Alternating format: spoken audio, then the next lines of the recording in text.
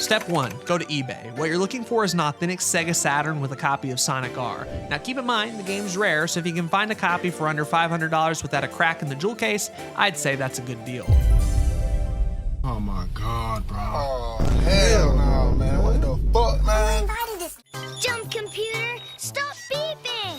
Hold on, Tails. Alright, look, I'm joking with you. We're going to be using the PC version of Sonic R with a couple of mods. Link in the description down below to my mod list, as well as how to install them. Note that none of these mods actually change the gameplay. In fact, I strongly advise against that. These mods just let the game look and run better, which I feel like is appropriate for modern audiences, plus it makes the game more accessible. The next thing we should tackle is controls. People get stumped early on and don't understand how Sonic moves, so here's how I'd map the controls to almost any controller.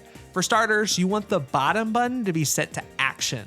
The leftmost button should be set to accelerate. Put left bumper to L brake and the right bumper to right brake. Do not use the triggers. Finally, you steer with the sticks.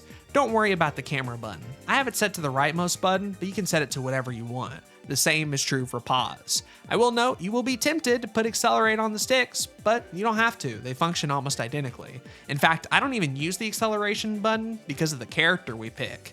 Speaking of which, yeah, what character are we gonna pick? You get 4 to start out with: Sonic, Tails, Knuckles, and Amy. I won't be mentioning any of the unlockables. Of those 4, I'd say Amy is the worst. She can't jump, she's really slow, but she has great handling and can drive over water.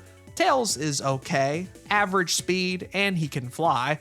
Knuckles is the most newcomer friendly. He has excellent handling, can glide over obstacles, and the only downside, he is a little bit slow. That being said, we're picking Sonic. Yeah, I know, the game's called Sonic R, but hear me out on this one. For one, Sonic's the fastest character in the game. Well, outside of that guy. For 2, he has a double jump, which is super useful. And for 3, Sonic R employs a rival system, similar to other racing games. So if we pick Sonic, our rival is going to be Knuckles, who, like I mentioned earlier, is slow. This comes in handy for races where we have to come back from a pretty substantial lead, something that happens often in Sonic R.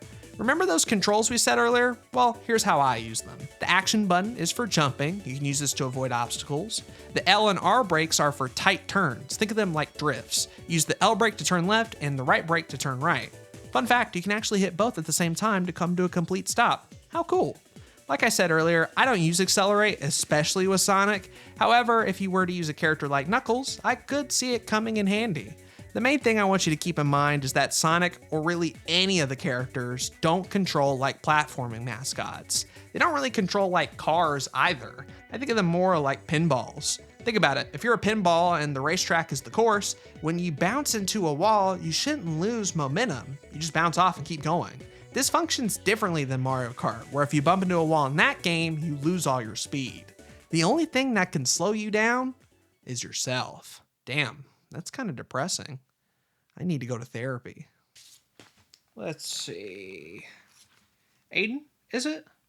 How about you start from the beginning? Yeah, so I guess if I was born in November of 97, conception would have been somewhere around February. That is way too much information. I meant with Sonic. Right, so Yuji Naka and Nato Mishima created the character. Oh, Yuji Naka, I've always liked that guy. For Sonic, right? Oh, yeah, sure. Huh. Anyway, I've been working on this Sonic R video and... Oh, a YouTuber. Do you do drama videos? No. Oh, you're more like that Mr. Breast guy. I'm pretty sure you mean Mr. Beast. No, I'm pretty sure I'm right. He has a meal at Zaxby's. Get it? Mr. Breast? Chicken breast? It's supposed to be a tie-in. Well, can't argue with logic. Can I offer you some double mint?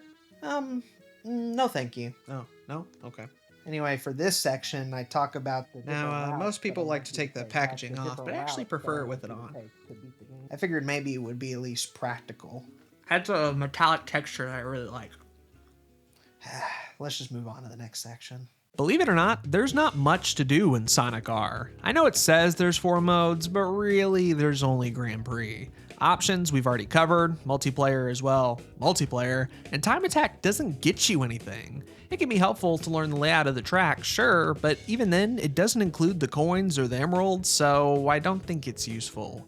That means all we have to tackle is Grand Prix, which can I say is a bit misleading. Grand Prix usually means you do multiple tracks in one run. Well, Grand Prix in Sonic R is just letting you race one track at a time, so it almost functions like Time Attack should.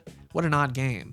Okay, now that we're in Grand Prix mode, I'd say there's two major goals we need to accomplish. The first is to get all of the Chaos Emeralds. In Resort Island, there's only one to find, and it's fairly easy, but in the other levels, there's two apiece. Once you find an emerald, all you have to do is win the race. If you lose, well, you lose the emerald. Keep in mind, you don't have to go for 2 emeralds in one run. If you want to get the first emerald, play the track again, and then get the other one, that's totally doable. Sonic R remembers and saves your progress, so we can take advantage of that.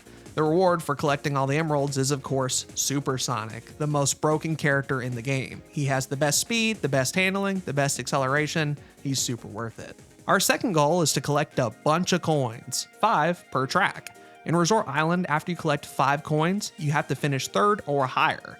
This then puts you in a race with an unlockable character, in our case, Metal Sonic. You beat him, you can add him to the roster, but if you lose, you have to do the entire thing over again, so be sure to lock in. While you could technically get the emeralds, the coins, and race the unlockable all in one run, I'd say it's a lot easier to break things up into chunks. So here's how I would play Sonic R. We're going to be doing it in 2 runs. For the first one, we're only going to focus on the emeralds. Don't worry about the coins or the characters, just go emerald hunting.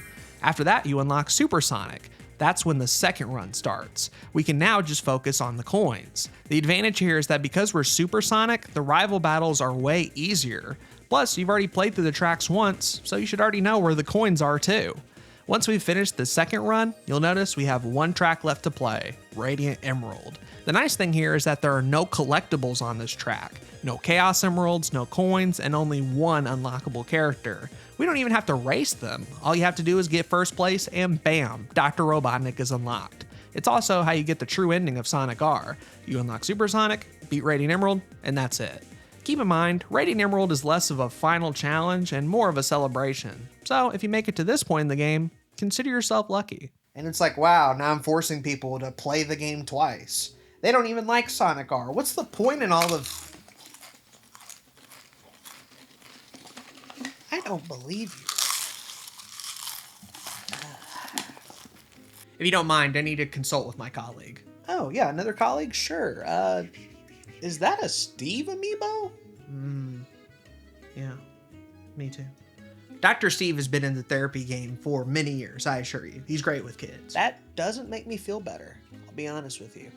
That does not make me feel better. That's why you're the best, Doctor. You do great work.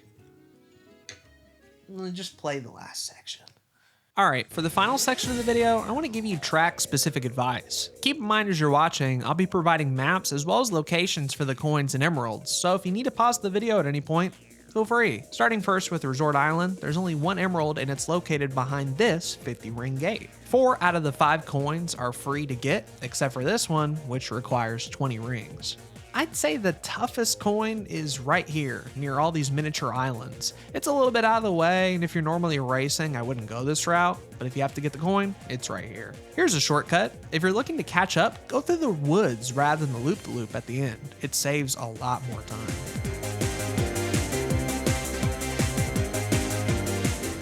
Moving on to Radical City, there's 2 Chaos Emeralds. The first is on the pinball table. It needs 50 rings in order to get through. The second is behind a 20-ring gate, and you can find it pretty easy on the coast. I've always found this coin in particular rather tricky. You need to jump off the ledge to reach the pinball table, and that's where you'll find it. Here's a piece of general advice. You see these boost pads? Avoid them. Well, at least until you're done collecting emeralds and coins. They cost rings to use, so odds are if you use this boost pad, you won't have enough rings for the gates. That being said, if you're trying to catch up, that's when I would use them. They're super helpful there.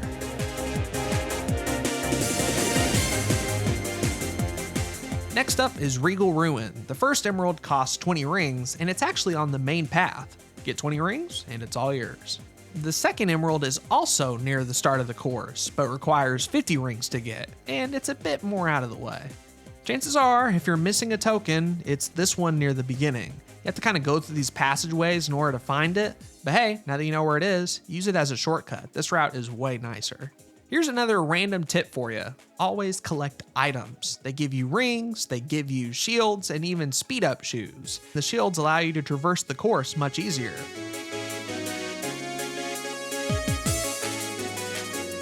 Reactive Factory has 2 emeralds and they both cost 50 rings. The first one is in this watery area. Just wait for it a bit to fall to the ground in order to collect it. The same is true for the second emerald, although this one is by a submarine. Again, just be sure to slow down right before you reach it. There are 2 coins in this stage that are a complete pain in the ass. The first one is right at the beginning. You turn right up here, go all the way to the end, get the coin, and now you have to turn all the way around. The second is at the end of the track. It requires 20 rings to get in, and when you get the coin, guess what? Same deal. Plus, there's no real shortcut here either. Speaking of shortcuts, after you collect the first emerald, there's a cool shortcut you can do where if you hold right while launching off this ramp, you can actually skip a portion of the track. How neat! Are you struggling to get first with the coins or emeralds? Well, here's a tip. Make sure you collect all of them before the 3rd lap. Any longer makes it super difficult to catch up because odds are Knuckles or Metal Sonic have already built a sizable lead. Radiant Emerald, as previously mentioned, has no real collectibles. It does have 2 gates. Unlock these as soon as possible and you get massive shortcuts to the level. Just keep in mind, the CPUs will use it as well. Finally, to get the true ending, just use Supersonic, get first place in Radiant Emerald, and bam, you've beaten the game. Congrats!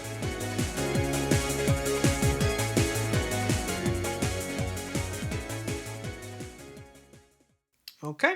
Yep. I think I figured it out. Is this your problem? That's a picture of Savok. You can see I got his angry shoulders, his big snake-like legs, and his crooked mouth. I think he's a true American patriot. Oh my gosh. What, you don't like my drawing? I worked really hard on him. Yeah, but how was that supposed to help me? Well, look, my time's up anyway. Maybe I'll just come back tomorrow. Unfortunately, this session didn't work out. I will ask you, it'll say on the screen here to leave a tip. If you can just put the 25%, I'd really appreciate it. No, I'm not leaving a tip. Why? Wait, say that again? What? Why? I think you're onto something. This whole time I've been telling people how to play Sonic R, but I haven't explained why. See, Sonic R is so cool because it's in this specific period of Sonic history. Right after Sonic 3, but before Sonic Adventure. Along comes Traveler's Tales, and they create this racing game that's so different from anything in the genre. It has multiple paths and different characters, and still retains that classic Sonic vibe, but in early 3D, with an aesthetic that I adore and songs that are some of the best in any video game period. I guess my worry is that people will skip this forgotten piece of Sonic history when I think it's actually a fairly fun game. Sure, it's forgotten, sure it has some rough edges, but behind all of that is a Sonic game, through and through. And if I can just get people to play it for just a second, maybe they'll see the beauty that I see. All I need is you.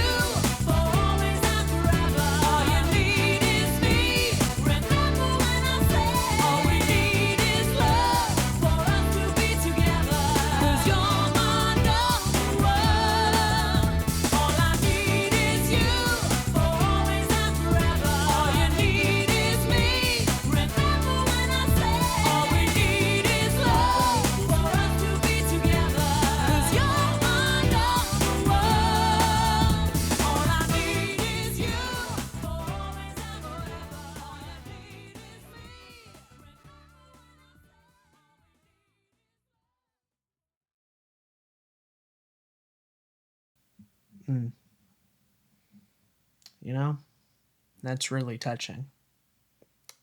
But you gonna leave me a tip or what?